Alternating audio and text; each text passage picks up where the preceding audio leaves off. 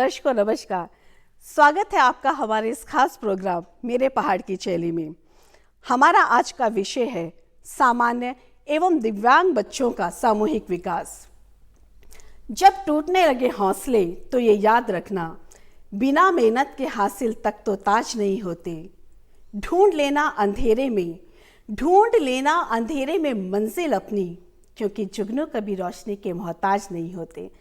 आज की जो हमारी अतिथि हैं वो देवभूमि उत्तराखंड उत्तरकाशी के तुनालका गांव से हैं। उन्होंने दिव्यांग बच्चों और सामान्य बच्चों को एक साथ शिक्षित करने का बेड़ा उठाया।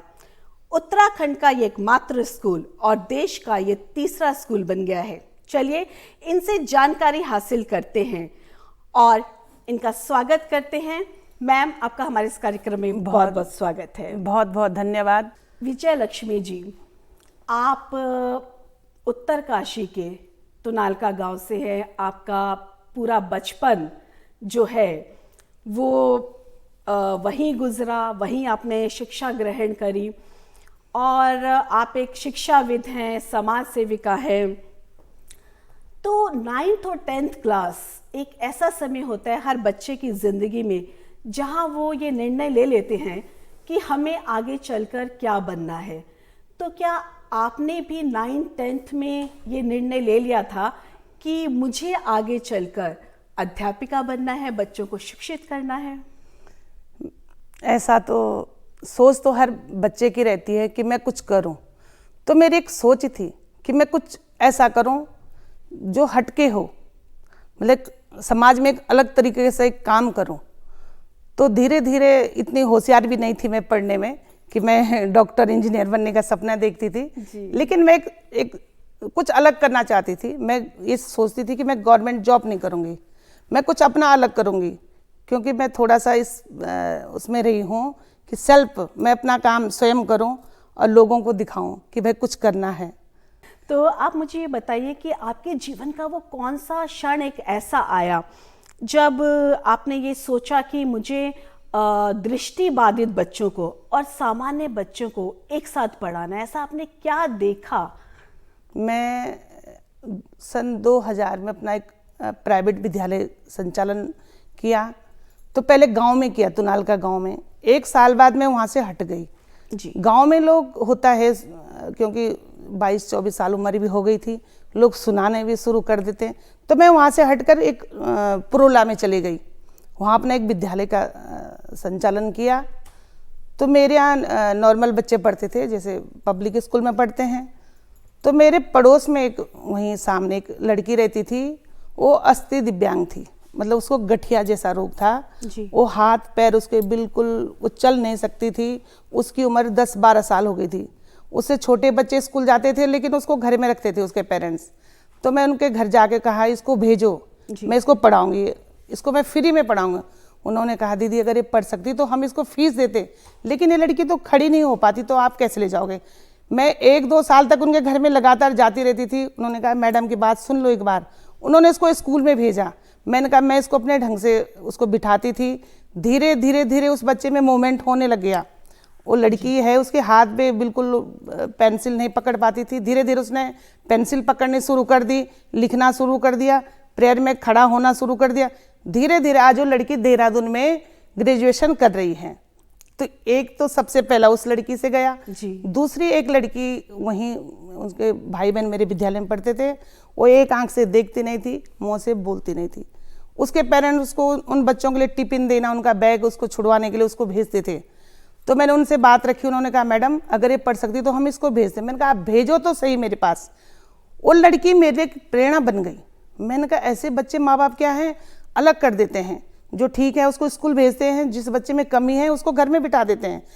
अगर मैं ऐसे बच्चों के लिए कुछ कर पाऊँ तो ऐसे बच्चे आगे बढ़कर बहुत अच्छा जीवन जी सकते हैं। तो मैंने उनके पेरेंट्स से बात की, मैंने कहा, आप भेजो। तो मुझे साइन लैंग्वेज आती नहीं थी, मैं इस बारे में जानकारी नहीं थी मुझे, क्योंकि इतना नहीं था हमारे यहाँ पहाड़ों में, तो दिव्यांगों के लिए कोई काम नहीं है।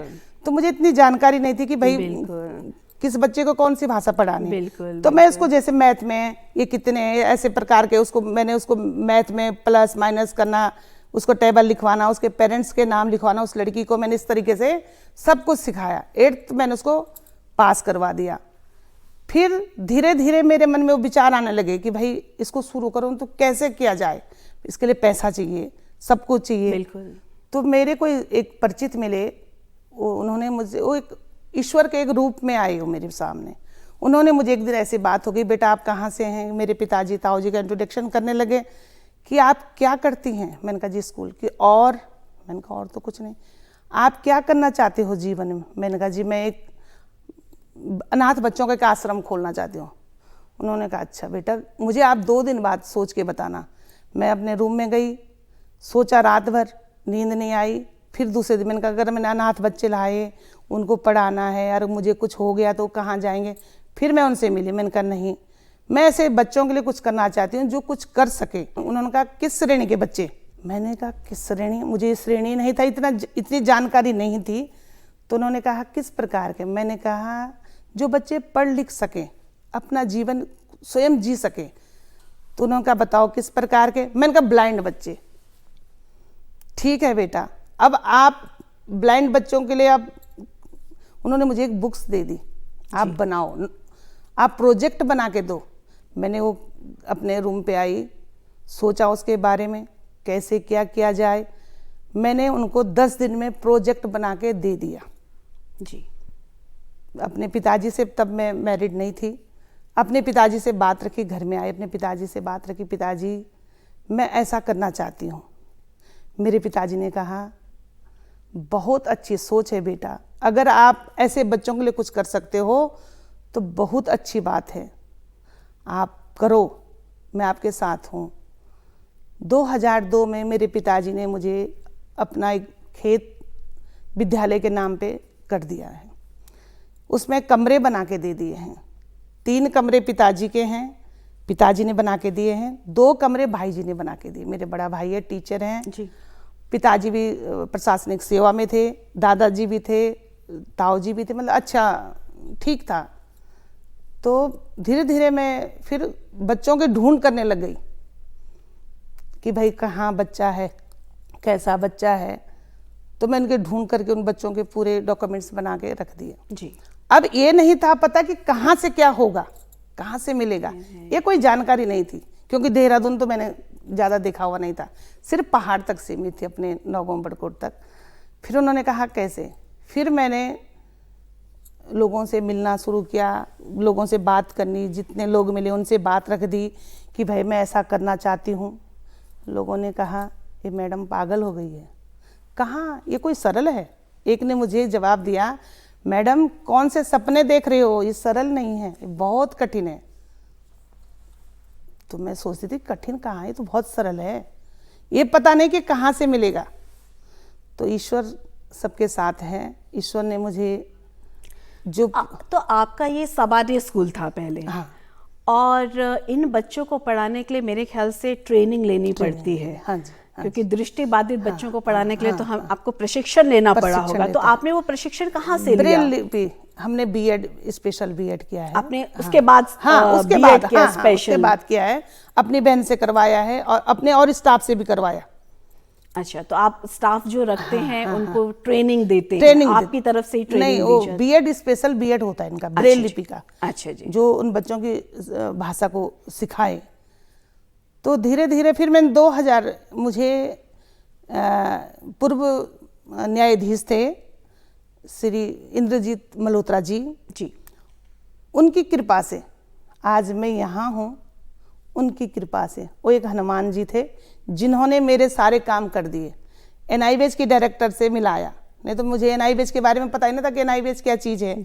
जब मैडम के सामने गई तो मैडम ने जब ये कहा विजया जी हो गया, तो मैंने ये सोचा प्रभु मेरे सपने आपने पूरे कर दिए।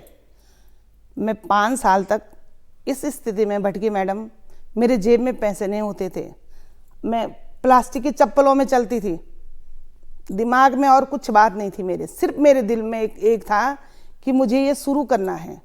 पब्लिक के स्कूल के बच्चे तो आगे फीस जमा करते थे, अपने घर चले गए, बिल्कुल बिल्कुल, लेकिन वो सिर्फ उतने तक स्वार्थ है जब तक मेरे पास है, उसके बाद तो कोई पूछता नहीं है। तो आपने ट्रेनिंग ली, उसके बाद आप मुझे ये बताइए कि आप क्योंकि ये देश का तीसरा स्कूल है, हाँ तो जी। आप सामान्य बच्चों को और दृष्टिबाधित बच्चों को एक साथ पढ़ाते हैं हाँ क्लास जी, में, हाँ एक जी, ही क्लास हाँ में। जी, हाँ जी। वो कैसे पढ़ाते हैं आप उनको, कैसे वो शिक्षित करते हैं जैसे एक हम साथ? बच्चों को एक्स्ट्रा ब्रेल, पहले हम ब्रेल सिखाते हैं।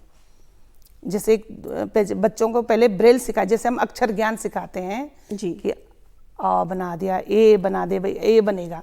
तो हम बच्चों को डॉट सिखाते हैं कि ए का डॉट क्या है, बी का डॉट क्या है। तो इस प्रकार के डॉट सिखा के जब समझो कि बच्चा इसमें सीख गया, जैसे एलकेजी यूकेजी में बच्चों को जी। लिखाना सिखाते जी, हैं, जी। वैसे हम ब्रेल, बच्चा ब्रेल में सीख लेता है तो क्लास में बैठ जाता है। जैसे फर्स्ट में बिठाते हैं कि लिखो बेटा अ ब, तो वैसे हम उनको ब्रेल में लिखवाते हैं। तो वही सामान्य बच्चों का और इनका सिलेबस जो है एक सेम सिलेबस वो है। सेम होता सेम है। जी, हाँ जी। अच्छा, हाँ तो आप जी। दोनों को साथ साथ ही, वो दोनों एक ही पढ़ रहे हैं, एक ही क्लास में बैठते एक क्लास में एक आप पढ़ा रहे हैं जी। ये ब्लाइंड बच्चा ब्रेल में लिखेगा और प्रिंट में सामान्य बच्चा लिखेगा, पढ़ेंगे एक जैसे।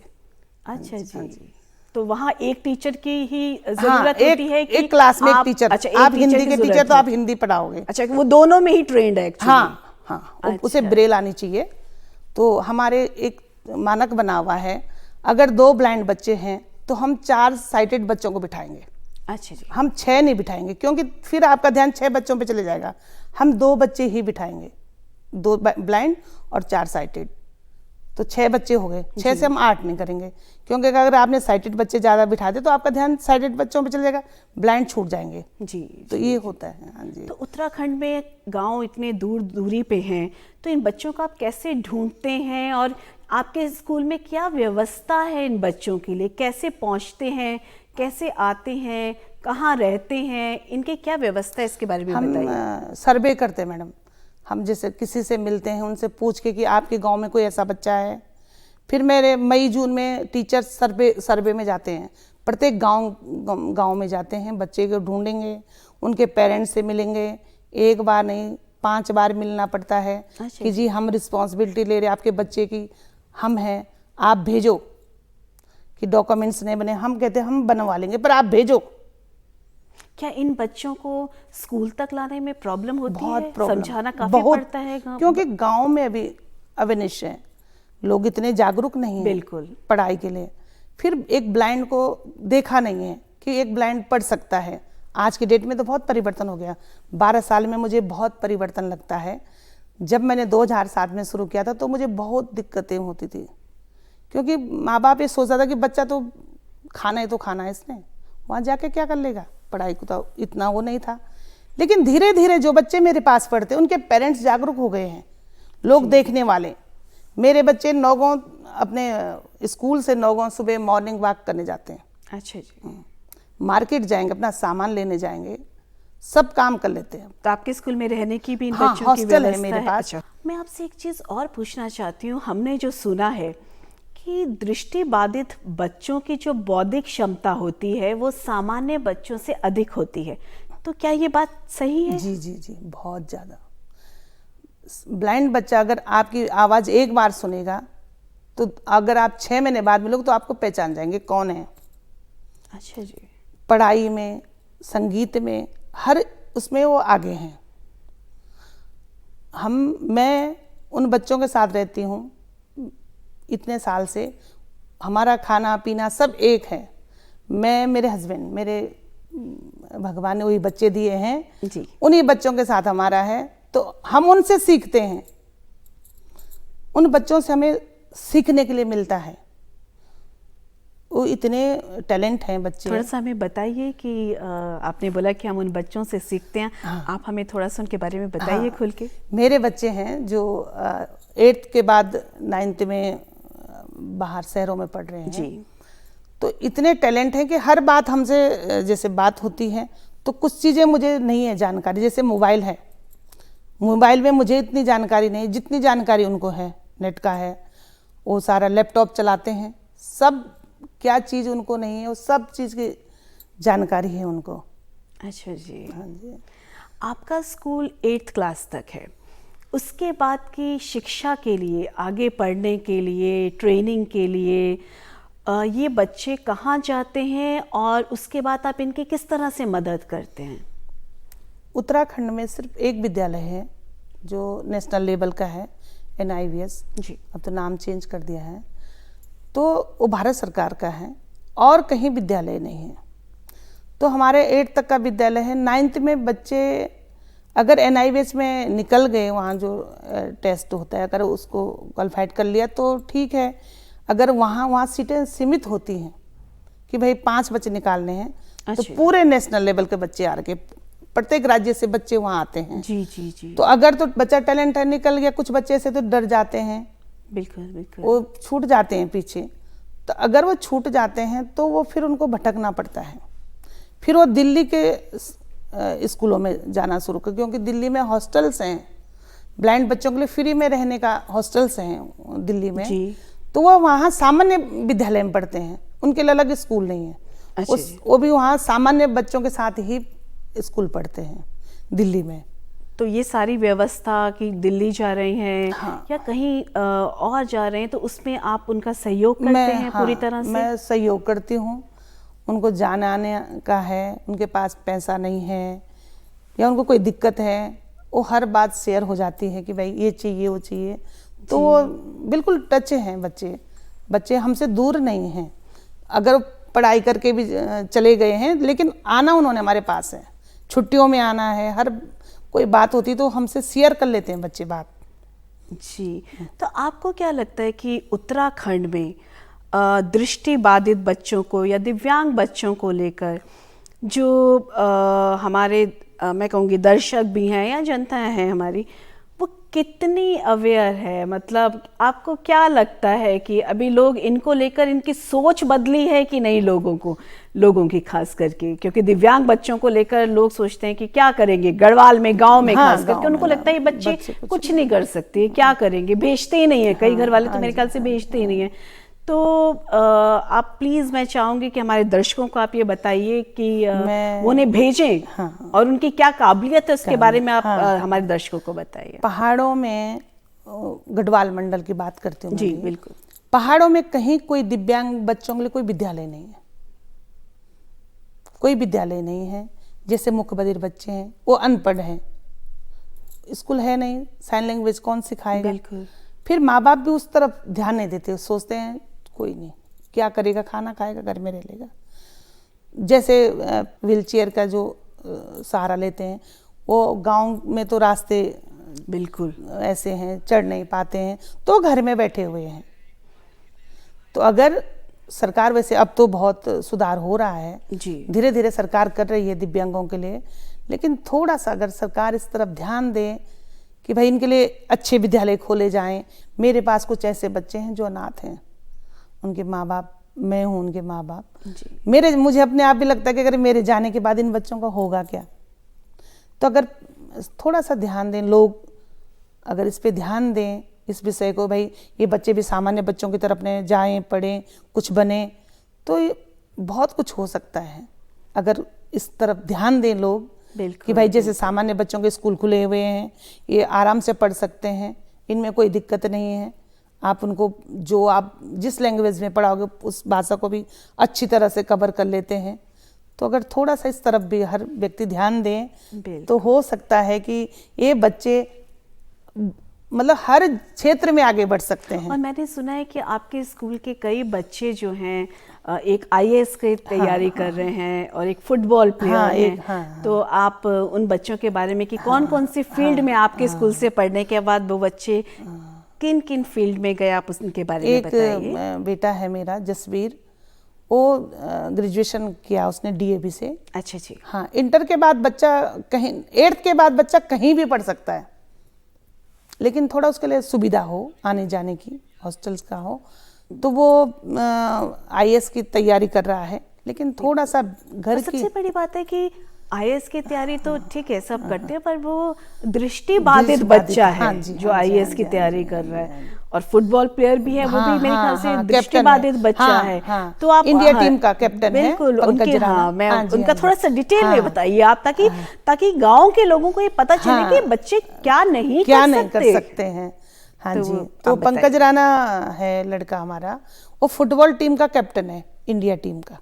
वाह। कई देशों में खेल चुका है जी, और कई एथलेटिक्स में है, इस बार उत्तराखंड सरकार ने उनको पुरस्कार दिया है। एक बेटी है हमारी, उसको 2 लाख रुपए मिला है जी। और मतलब प्रत्येक बच्चे को अच्छा, जो एथलेटिक्स में है, कुछ बच्चे, एक बेटा हमारा नौकरी में लग गया रेलवे में, नरेंद्र। तो बच्चों का, हर बच्चा अपनी फील्ड में, कोई बीएड कर रहा है जी। हाँ, तो पीछे नहीं है। 8th के बाद बच्चा आगे बढ़ गया, उसे सोच है कि मुझे कुछ बनना है। बिल्कुल बिल्कुल। यहाँ से दिल्ली आना जाना अकेले। 11th में एक बेटा है मेरा सुबोध, वो दिल्ली अकेले आना जाना करता, कंप्लीट ब्लाइंड है, पहाड़ से लेकर दिल्ली तक जाना आना। तो इस प्रकार से हैं बच्चे। तो मैं यही चाहूँगी कि हमारे दर्शक वो पेरेंट्स जाने इस चीज़ को, इसलिए मैं थोड़ा सा इसको फोर्स कर रही हूँ हाँ। कि इन बच्चों को जो हम दया करते हैं इन बच्चों पे, वो करना हम बंद करें, क्योंकि ये बच्चे आम बच्चों के साथ कंधे से कंधा मिला के आगे चलते हैं, चल सकते हैं। इसीलिए मैं इस पे जोर दे रही हूँ बार बार कि आप जागरूक करें। हाँ जी। सब दर्शक हमारे देख रहे हैं, और मैं चाहूंगी कि वो ज्यादा से ज्यादा इस चीज को जाने और बच्चों को बाहर भेजें, वो दिव्यांग बच्चों को घर से बाहर भेजें, ताकि कल को वो मोहताज किसी चीज के लिए किसी के आगे ना झुके। दया, उनपे कोई दया नहीं करनी चाहिए। बिल्कुल। कई लोग आते हैं बेचारा, तो उसको बेचारे के रूप में मत लो, उसको ये कहो हाँ बेटा आप ठीक हैं, आपको क्या जरूरत है। मैं ये कहती हूँ, लोग मेरे पास आते हैं, कई लोग अच्छे लोग भी हैं जो सपोर्ट करते हैं।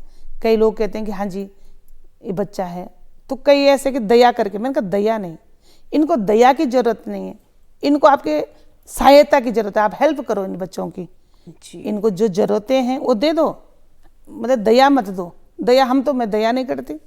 बिल्कुल। दया किस बात की, वो हमारे जैसे हैं, सिर्फ उनको ये पता है कि टेबल है, एक गिलास है, वो सब पता है उनको, कलर नहीं उनको पता कि किस कलर की है जी। और वो सब चीज़ जानते, बस कलर नहीं पहचान पाते। और तो हमारे जैसे हैं, आप बिठाओ उनको, सब कुछ है, कोई दिक्कत नहीं है। तो अगर प्रत्येक इंसान इस तरफ ध्यान दे कि भाई ऐसे बच्चों के लिए कुछ किया जाए, थोड़ा मैंने किया है, थोड़ा कोई और कर दे, बिल्कुल, तो ये बच्चे सेल्फ हो जाएंगे, कोई दिक्कत नहीं होगी, कोई दिव्यांग मोहताज नहीं होगा, कोई 4 कोने में घर की 4 दीवारी में बैठा हुआ नहीं मिलेगा। वो भी तो जीना चाहता है, उसके भी तो सपने हैं।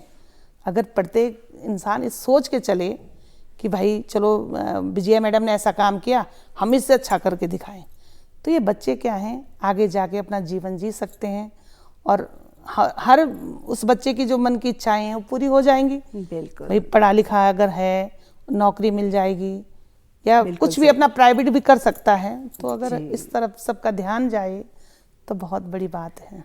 विजया जी, मैं आपसे एक चीज़ और पूछना चाहूँगी जो अभी लोगों को नहीं मालूम या जागरूक नहीं है, ऐसा कह लें।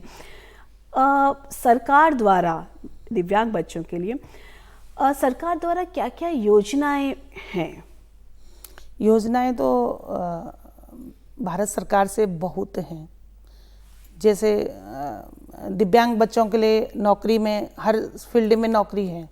कहीं अगर बच्चा पढ़ लेता है तो उसको आरक्षण है, 4% आरक्षण है। कौन कौन से फील्ड में, आप जरा खुल के बताइए, क्योंकि हमारे दर्शकों को ये पता ही नहीं है। वो तो हर विभाग में, अब तो आईएएस में भी हो गया, पीसीएस में भी है, वो रेलवे में है, बैंक में है, आपके दूरदर्शन में भी है, आपके रेडियो में भी, हर फील्ड में उनको जॉब मिलेगी। ब्लाइंड के लिए बैंकों में है, तो जहाँ उनका वो है वो अपना काम कर सकते हैं। अगर उन्हें कोई व्यवसाय खोलना हो तो उसके लिए भी बैंक की तरफ से भी लोनिंग का है। अच्छा, उनको ब्याज का है। तो बहुत, अब तो बहुत ज़्यादा हो गया है। मैं 10-12 साल से, मुझे 13 साल हो गए, 14 साल, तो 14 सालों में मुझे लगता है कि अब बहुत ज़्यादा परिवर्तन हो गया है। अगर किसी को जानकारी हो तो उनके लिए बहुत कुछ है। आप क्या इसकी ब्रांचेस, आगे आपका कोई प्लान है कि इसकी और ब्रांचेस खोली जाएं? क्योंकि एक स्कूल तो मेरे ख्याल से मुश्किल हो जाता होगा, क्योंकि इतने दूर दूर गांव से बच्चे कैसे आएंगे पढ़ने। तो उसके लिए आगे के लिए आपने ऐसा क्या कुछ प्लान सोचा है कि मैं कुछ ऐसा करूं, ऐसा किया जाए आगे चलकर कि बच्चों को सुविधा रहे और ये 2-3 स्कूल्स खोले जाएं? नहीं, 2-3 तो मैम बहुत दिक्कत हो जाती है, क्योंकि हॉस्टल चलाने बहुत कठिन होते हैं। जो है सपना मेरा ये है कि अगर मुझे मिलता है सपोर्ट, मैं इसको इंटर करूं, इन बच्चों को बाहर ना भटकना पड़े। कुछ बच्चे मेरे ऐसे हैं जो 9th में रुक गए हैं क्योंकि NIVS में एडमिशन नहीं मिला, जी। दिल्ली वो जा नहीं सकते, थोड़ा उनको शारीरिक प्रॉब्लम है भी है। जी, कुछ जी। बच्चे ऐसे होते हैं जिनके हाथों में दिक्कत है, चलने फिरने में दिक्कत हो जाती है, तो वो बच्चे मेरे घर में हैं। तो मैं उनको क्या है ओपन से हाई स्कूल का एग्जामिनेशन करवा रही हूँ। कुछ बेटियां मेरी ऐसी हैं जो हॉस्टल में रहती हैं और नॉर्मल स्कूल में वहीं पढ़ती हैं, आना जाना करती हैं। हम उनको गाड़ी से या पैदल भी आना जाना करती हैं। एक ने तो इंटर कर वहीं से किया है, नॉर्मल स्कूल से। 2 बेटियां 9th में पढ़ रही वहीं। जी। हाँ जी। इनको छिपाएं ना, इनको 4 दीवारी के अंदर ना रखें। अगर किसी के गांव में है या किसी रिश्तेदारी में है तो उसको स्कूल भेजो, ये नहीं कि उसको घर में रखो। मैं सभी से यही गुजारिश करती हूँ कि सब लोग एक सहयोग करें, ऐसे बच्चों को घर से बाहर निकालें, उनको शिक्षा से जोड़ें, उनका जीवन एक साकार हो जाएगा। तो अगर गांव में कुछ पढ़े लिखे लोग हैं वो इस बात को बिल्कुल जानते हैं कि भाई दिव्यांग बच्चे का पढ़ना जरूरी है, तो अगर उस तरफ अपना सब एक ध्यान दे दें कि चलो सामान्य बच्चे तो कहीं भी पढ़ लेगा, ये दिव्यांग है इसको स्कूल भेजो। बिल्कुल। तो अगर ऐसा होता है तो सपना तो मेरा साकार हो ही जाएगा। अगर सब पढ़ जाएं, सब बच्चे शिक्षा से जुड़ जाएं, तो एक सपना है जीवन का कि भाई कोई दीपक तले अंधेरा ना रहे। मैंने पहाड़ों में एक दीपक जलाया है, मैं चाहती हूँ कि उसकी रोशनी सारे पहाड़ में फैले, पहाड़ का हर बच्चा, दिव्यांग बच्चा स्कूल जाए, शिक्षा से जुड़े, अपने पैरों पे खड़े हो जाएं और देश का गौरव बढ़ाएं। मैं यही चाहती हूँ और सबसे मेरी यही गुजारिश है कि आप लोग भी एक सहयोग करें, मुझे भी करें, उन बच्चों को भी करें और उनके पेरेंट्स को भी करें भाई कि इनको पढ़ाओ। आपसे बातचीत करने के बाद मैं बस इतना ही कहना चाहूँगी कि कोशिश करने वालों की कभी हार नहीं होती। आप अपना व्यस्तम समय में से समय निकाल के यहाँ आई, उसके लिए आपका बहुत बहुत धन्यवाद। बहुत बहुत धन्यवाद आप सबका। अगले हफ्ते एक नए विषय के साथ फिर होगी आपसे मुलाकात। तब तक के लिए भावना शर्मा का नमस्कार।